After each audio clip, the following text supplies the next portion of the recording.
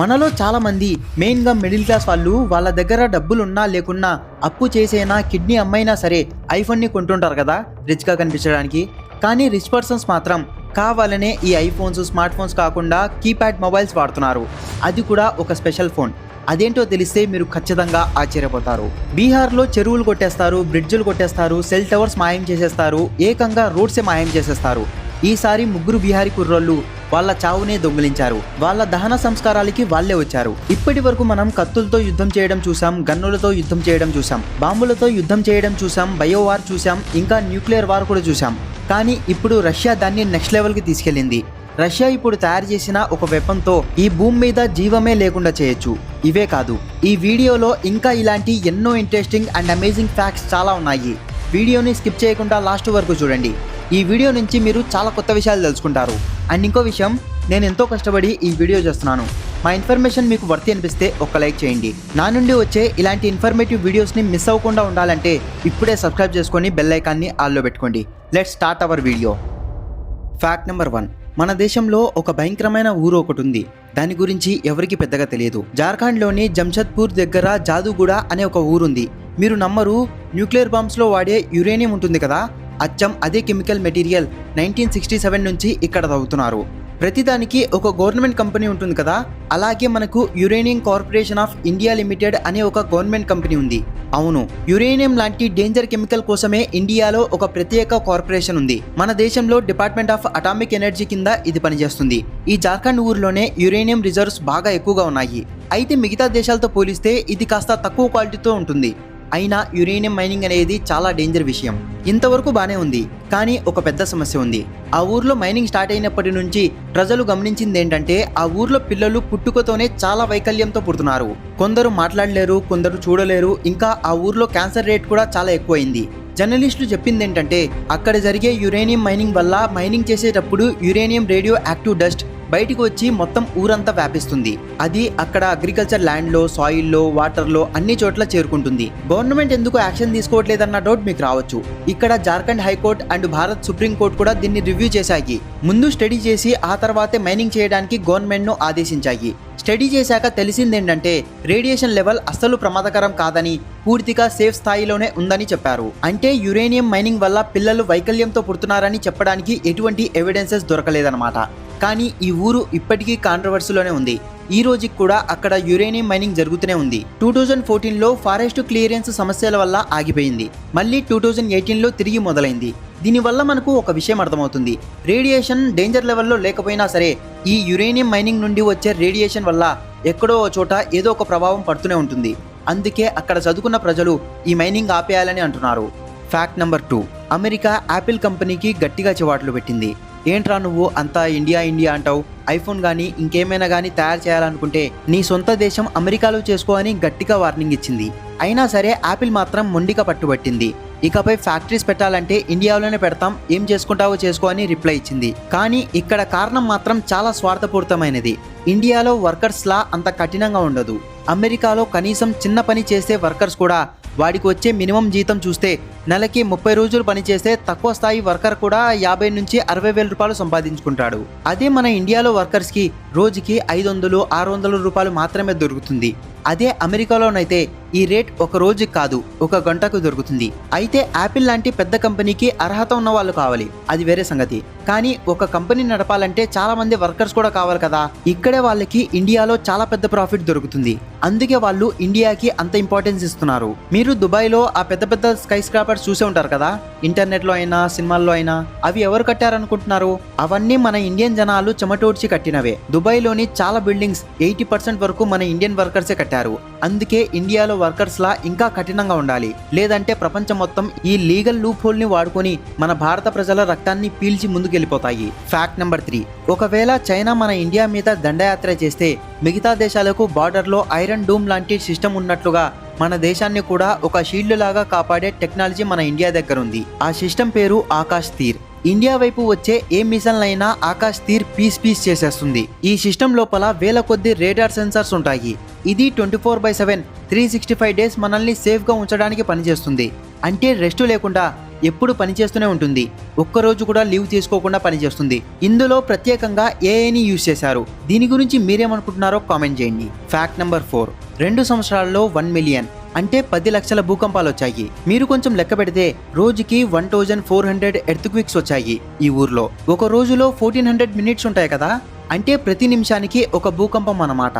మట్సు Syro అనే ఊర్లో 1965 నుండి 67 మధ్య 2 సంవత్సరాల్లో 1 మిలియన్ భూకంపాలు వచ్చాయి. అక్కడ వర్షం పడితే అది కూడా చాలా భయంకరంగా పడుతుంది. జపాన్లో 2019లో హగిబైస్ అనే తుఫాన్ వచ్చింది. 24 గంటల్లో 1000 మిల్లీమీటర్స్ వర్షం కురిసింది. 1000 మిల్లీమీటర్స్ వర్షం ఎంత టైంలో పడుతుందో తెలుసా? మామూలుగా అయితే ఒక పూర్తి సంవత్సరానికి కురిసే వర్షం ఒకే రోజులో కురిసింది. ఇలా ప్రపంచంలో ఎక్కడా జరగలేదు. జపాన్లో మంచు పడితే అది కూడా భయంకరంగా పడుతుంది. ఇంటి 2వ అంతస్తు కిటికీ అంత హైట్, అక్కడి వరకు మంచు గడ్డగట్టిపోతుంది చాలా ప్రాంతాల్లో. జపాన్లో భూకంపం రాగానే ఈ వెండింగ్ మిషన్స్ ఉంటాయి కదా, అవన్నీ ఆటోమేటిక్గా తెరుచుకుంటాయి. ఎమర్జెన్సీ సమయంలో ప్రజలందరికీ ఉచితంగా ఆహారం దొరుకుతుంది. ఈ వెండింగ్ మిషన్స్లో మామూలుగా అయితే వస్తువులు తీసుకోవడానికి కాయిన్ వేయాలి కదా, జపాన్లో అలాంటి వెండింగ్ మిషన్స్ 4 మిలియన్ ఉన్నాయి. వాటి సెన్సార్ 5 మాగ్నిట్యూడ్ కన్నా ఎక్కువ భూకంపం వస్తుందని సెన్స్ చేయగానే వెంటనే ఆహారాన్ని రిలీజ్ చేస్తుంది. జపాన్లో ఏమీ లేనప్పుడు అంతా బాగానే ఉంటుంది. ఇప్పుడు చూడండి, అంతా ప్రశాంతంగా ఉంది. కానీ ఒకసారి ఏదైనా మొదలైతే చాలా విధ్వంసం జరుగుతుంది. అందుకే జపాన్ను చాలా ప్రమాదకరమైన దేశం అంటారు ప్రజలు. మన ఇండియా అయితే ఈ ప్రకృతి విషయంలో చాలా మంచిది. మన భారతదేశంలో కూడా ప్రకృతి వైపరీత్యాలు వస్తుంటాయి, కానీ మిగతా కంట్రీస్ ఎదుర్కొన్నంత కాదు. Fact number 5. ఇండియన్ టీమ్స్ని స్పాన్సర్ చేసిన కంపెనీస్ అన్ని ఆల్మోస్ట్ మూసేశారు. ఫస్ట్ ఎగ్జాంపుల్ సహారానే తీసుకోండి. ఇండియన్ టీమ్ టీషర్ట్ మీద వచ్చిన కంపెనీస్ అన్నిటిలో సహారానే ఓజీ, అంటే ఒరిజినల్ గ్యాంగ్స్టర్. నేను చిన్నప్పుడు కూడా ఇండియన్ టీమ్ టీషర్ట్ మీద సహారానే చూసేటోడిని. ఇది చాలా నాస్టాలజిక్. ఇప్పుడు ఆ కంపెనీ మూతపడిపోయింది. ఒకప్పుడు ఇండియన్ రైల్వే తర్వాత 2వ స్థానంలో అత్యధికంగా 12 లక్షల మందికి ఉద్యోగాలు ఇచ్చిన కంపెనీ సహారానే. ఆ తర్వాత స్టార్ ఇండియా కంపెనీకి దెబ్బడింది. స్టార్ ఛానల్స్ ఇప్పుడు కూడా ఉన్నాయి, కానీ వాటి మీద కూడా చాలా యాంటీ ట్రస్ట్ ప్రోబ్స్ వచ్చాయి, అంటే భయంకరమైన కేసెస్ పడ్డాయి. దీన్ని మన ఇండియా కాంపిటీషన్ కమిషనే వేసింది. ఆ తర్వాత బైజూస్ వంతు. బైజూస్ ఎలా ఘోరంగా ఫెయిల్ అయిందో మనందరికీ తెలుసు.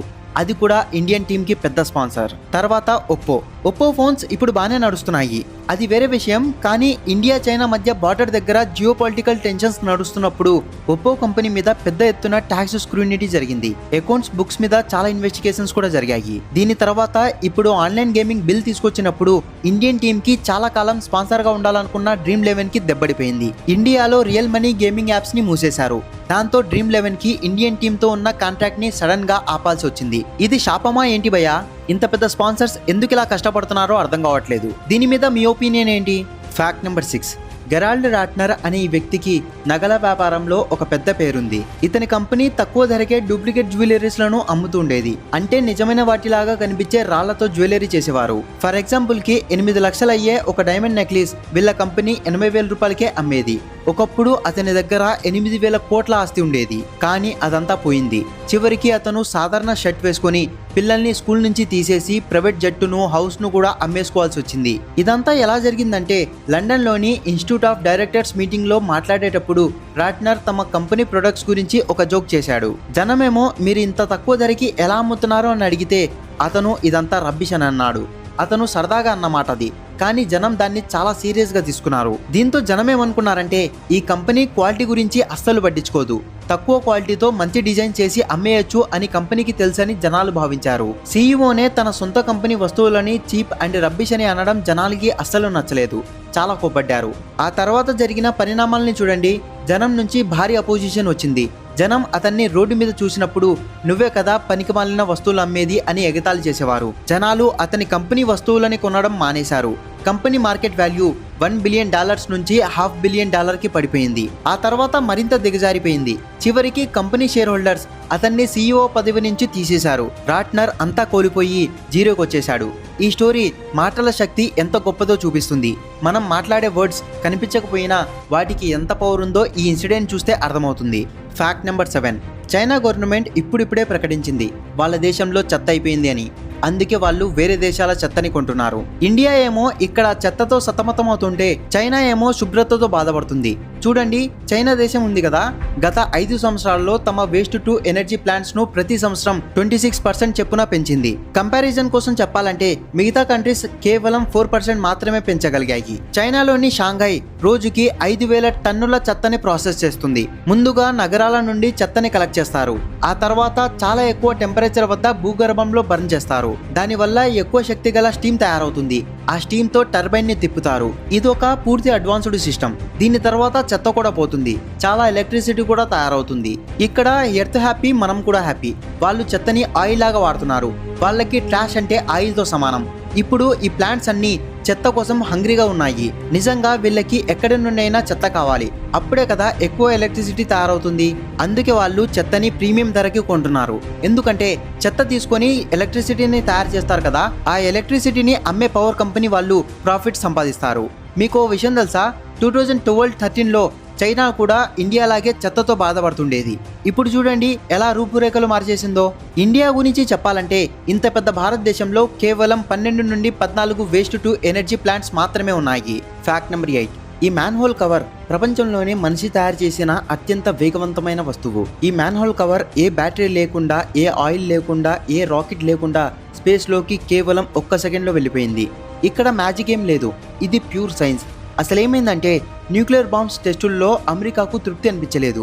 పెద్ద పెద్ద పొలాల్లో న్యూక్లియర్ బాంబ్స్ను పెట్టి పేల్చారు. లక్షల కోట్ల డిగ్రీ సెల్సియస్ వేడిని సృష్టించి వాళ్ళు టెస్ట్ చేస్తున్నారు.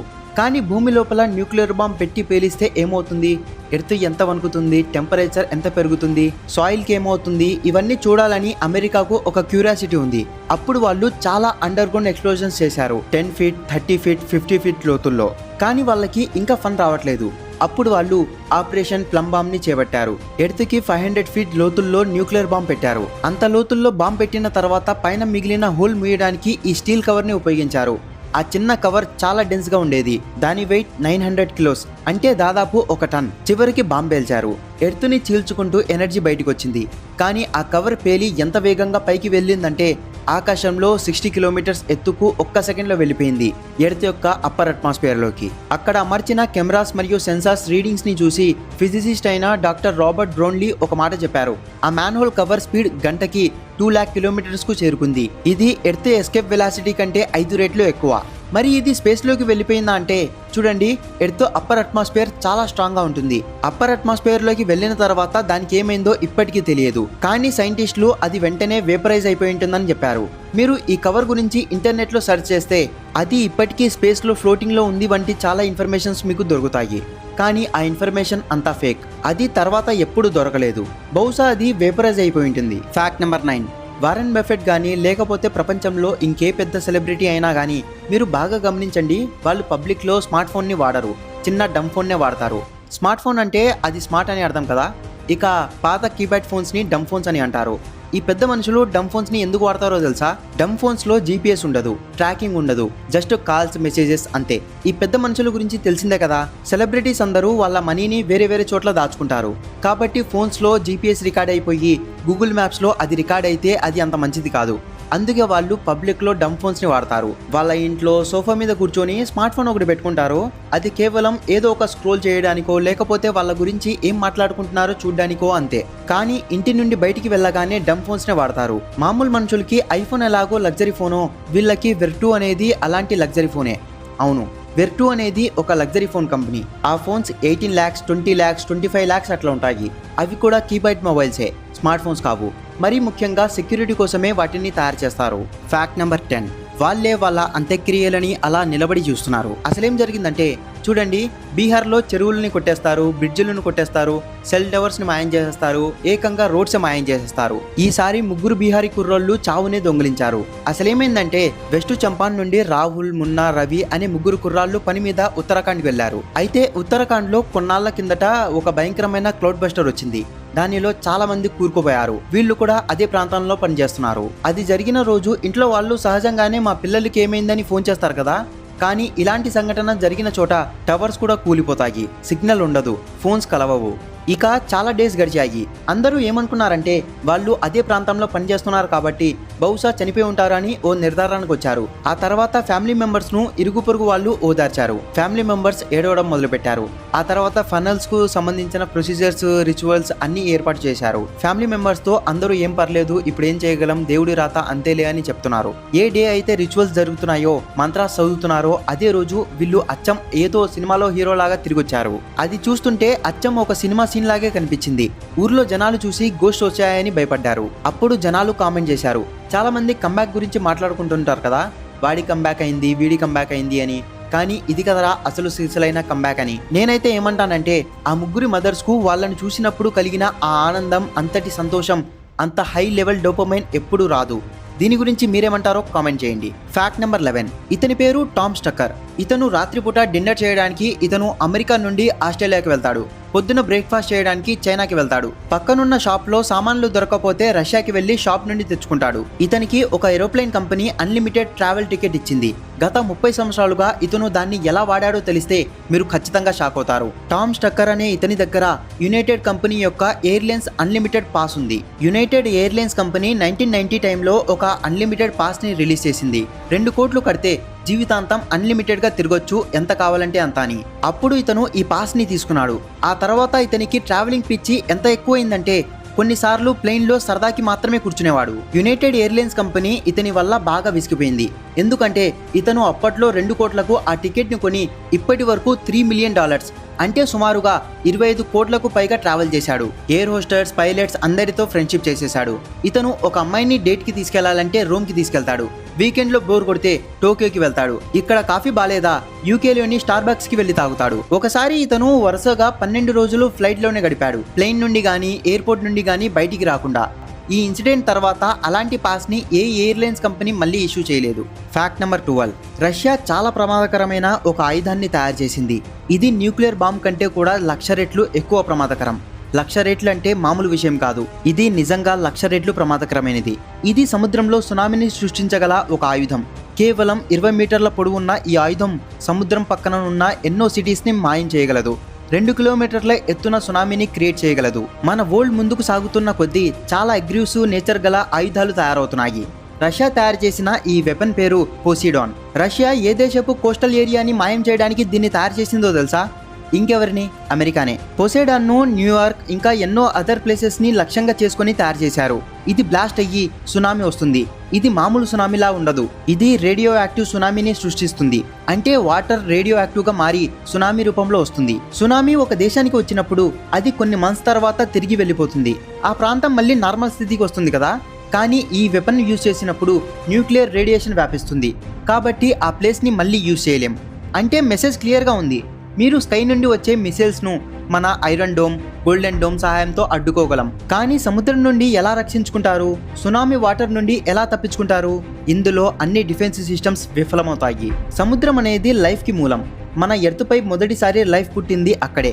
ఈ ఎర్త్కి అతిపెద్ద సపోర్ట్ సిస్టమ్ కూడా అదే. అది ఇప్పుడు వెపన్గా మారుతుంది. ఇది ఒక డీప్ విషయం. జపాన్లో న్యూక్లియర్ బాంబ్ పడింది. ఆ ప్లేస్ ఇప్పుడు పూర్తిగా నార్మల్ స్థితికి వచ్చింది. మీరు ఇప్పుడు స్వయంగా వెళ్ళి చూడొచ్చు. న్యూక్లియర్ వెపన్స్ నుండి కూడా కోలుకోవచ్చు. కానీ ఈ సందర్భంలో ఈ 20 మీటర్స్ ఆయుధంలో కోబాల్ట్ 60 అనే రేడియో యాక్టివ్ ఎలిమెంట్ ని చల్లుతారు. ఫర్ ఎగ్జాంపుల్ కి న్యూయార్క్ లో ఈ వెపన్ ని ప్రయోగిస్తే న్యూయార్క్ అంతా సునామీ వచ్చి పూర్తి రేడియో యాక్టివ్ ఫాలోట్ జరిగితే ఆ ప్లేస్ 100 ఇయర్స్ వరకు వాడుకోలోకి రాకుండా పోతుంది. ఈ వరల్డ్ లోనే దాదాపు 40% పాపులేషన్, అంటే ఎర్త్పై దాదాపు హాఫ్ పాపులేషన్ కోస్టల్ ఏరియాస్ లోనే నివసిస్తుంది. కాబట్టి ఇది వరల్డ్ లోని 40% పాపులేషన్ కి ప్రమాదకరం. వరల్డ్ ట్రేడ్ లో 90% సముద్రం ద్వారానే జరుగుతుంది. ఇంకా వరల్డ్ లో 70% ఆక్సిజన్ సముద్రం నుండే వస్తుంది. ఈ వెపన్ సముద్రాన్ని పూర్తిగా కంటామినేట్ చేసేస్తుంది. అంటే ఈ న్యూక్లియర్ సునామీ వెపన్ మన భూమిని సర్వనాశనం చేసేస్తుంది. ఇది ఇలానే ఒకరిని చూసి ఒకరు ఇలాంటి వెపన్సే యూజ్ చేస్తే చివరికి భూమి మీద జీవమే అంతరించిపోతుంది. Fact number 13. మీకు విషయం తెలుసా? నార్త్ కొరియాలో చాలా మందికి ఇండియా అనే ఒక దేశం ఉందని కూడా తెలియదు. ఎందుకంటే అక్కడ వరల్డ్ మ్యాప్నే ఉల్టాపిల్లా చేసేస్తారు. చూడండి, నార్త్ కొరియా వాళ్ళ బ్రెయిన్ని వాష్ చేయడానికి చాలా ఫేమస్. సో అక్కడ ఉండే అఫీషియల్స్ అండ్ ఎంబసీ డెలిగేట్స్కి వరల్డ్ మ్యాప్ ఎలా ఉంటుందో తెలుసు. కానీ వాళ్ళ ప్రొపగండా ప్రకారం చాలా స్కూల్స్లో పిల్లలకి ఒక మ్యాప్ని చూపిస్తారు. ఆ మ్యాప్ని మీరు కూడా ఒకసారి ఫుల్ స్క్రీన్లో చూడండి. సౌత్ కొరియాని కావాలని చిన్నదిగా చూపిస్తారు. ఎందుకంటే సౌత్ కొరియా చిన్నది, అంత మంచిది కాదని పిల్లల మైండ్లో చిన్నప్పటి నుంచే రిజిస్టర్ అయిపోవాలని. కానీ నిజానికి ఆ రెండు దేశాల సైజులు దాదాపు ఒకేలా ఉంటాయి. వీళ్ళు వాళ్ళ దేశాన్ని అమెరికాలో చూపిస్తారు.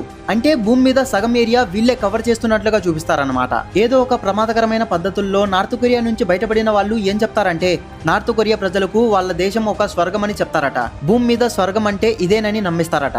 Fact number 14. పుతిన్ కానీ, టామ్ క్రూజ్ కానీ, MS ధోని కానీ వీళ్ళంతా ఏదైనా క్రైమ్ చేసినా దొరకరు. ప్రపంచంలోనే బాగా శాంతంగా ప్రశాంతంగా ఉండేవాళ్ళు లై డిటెక్టర్ టెస్టులో పాస్ అయిపోతారు. ఇదంతా బ్రెయిన్ కంట్రోల్ గేమ్ అంతే. నేనేం టామ్ క్రూజ్ కానీ, MS ధోని కానీ క్రైమ్ చేస్తారని చెప్పట్లేదు. వీళ్ళు వాళ్ళ మైండ్ని కంట్రోల్ చేయడంలో మాస్టర్స్ అని చెప్తున్నా. చూడండి, మీరు ఏదైనా పెద్ద నేరం చేసి పోలీసులు మిమ్మల్ని తీసుకెళ్తే మీకు కూడా లై డిటెక్టర్ టెస్ట్ ఉంటుంది. అందులో పాతకాలం స్టెబిలైజర్ లాంటి మిషన్ ఒకటి ఉంటుంది. మీరు నిజం చెప్తున్నారా అబద్ధం చెప్తున్నారా అని చెప్పేస్తుంది అది. ఎవరైతే వాళ్ళ మనసుని శాంతంగా ఉంచుకుంటారో వాళ్ళు పాస్ అయిపోతారు. పోలీస్ స్టేషన్లో నర్వస్ గా ఫీల్ అయ్యేటోళ్ళు ఉంటారు కదా, వాళ్ళు ఫెయిల్ అయిపోతారు. చాలా మందికి ఇక్కడ ఒక డౌట్ రావచ్చు. గవర్నమెంట్ దగ్గర లై డిటెక్టింగ్ మిషన్ ఉంటే ఇంకా ఎన్నో కేసెస్ ఎందుకు పెండింగ్ లో ఉన్నాయి, అన్ని అప్పుడే సాల్వ్ అవ్వాలి కదా అని.